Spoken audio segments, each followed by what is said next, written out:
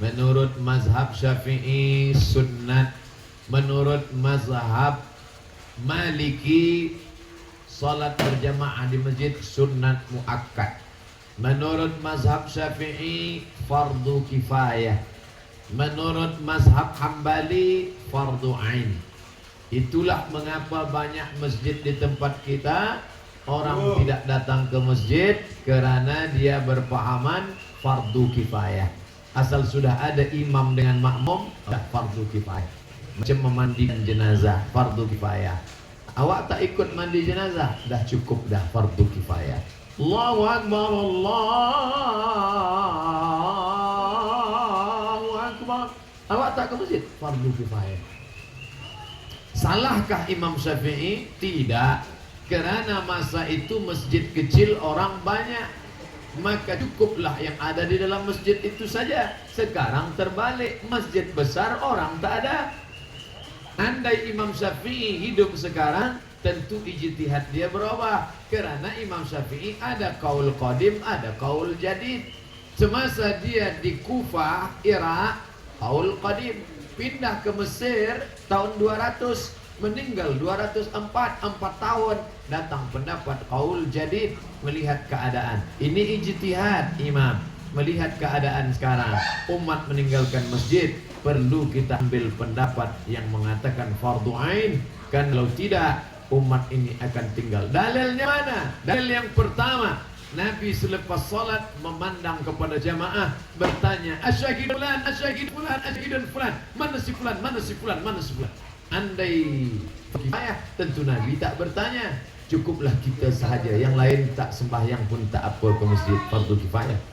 Dua, Nabi mencam, layan tahyanna, mereka yang tidak sembahyang ke masjid, layan tahyanna, berhenti, jangan lagi buat sembahyang. Kalau mereka tetap buat sembahyang di rumah, la uharriqanna alaihim buyutahum, akan bakar rumah mereka.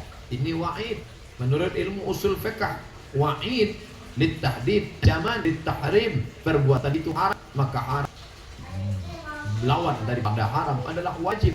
Ketiga, ketika sedang perang, wa idza kunta fi, ketika kau berada bersama mereka sedang perang, aqamta lahumus shalah, engkau melaksanakan salat. Dalam perang pun tetap salat berjamaah, namanya salat khauf. Imam di hadapan, makmum dua baris. Baris pertama salat, baris kedua memegang tombak anak panah menjaga serangan musuh. Selepas salat baris pertama mundur ke belakang, baris kedua maju ke hadapan. Sedangkan perang pun tetap salat berjamaah, apalagi tidak perang. Dalil yang keempat, Nabi SAW datangi oleh Abdullah bin Ummi Maktum. Ya Rasulullah, izinkan aku salat di rumah. Kerana nadharira laysa liqa'idun yaquluni, tak ada orang yang dapat membimbing membawa aku ke masjid. Nabi bertanya, atasma'un nida, apakah kamu telingamu mendengar suara azan? Itu menunjukkan orang yang buta tak dapat melihat jalan. Bila dia mendengar, dia tahu di mana letak masjid kerana telinganya tajam. Oh, di sana letak masjid. Apakah kau dengar suara azan? Ya, datanglah ke tempat itu kalau kau mampu. Maka kalau orang buta saja, Abdullah bin Ummi Maktum tua, buta, tak ada yang membimbing, tetap disuruh Nabi. Apalagi yang sehat wal afiat. Cukup satu dalil bagi orang yang mau menerima kebenaran, tapi 1001 hujah untuk menolak bagi yang bukan mencari kebenaran, tapi hidupnya mencari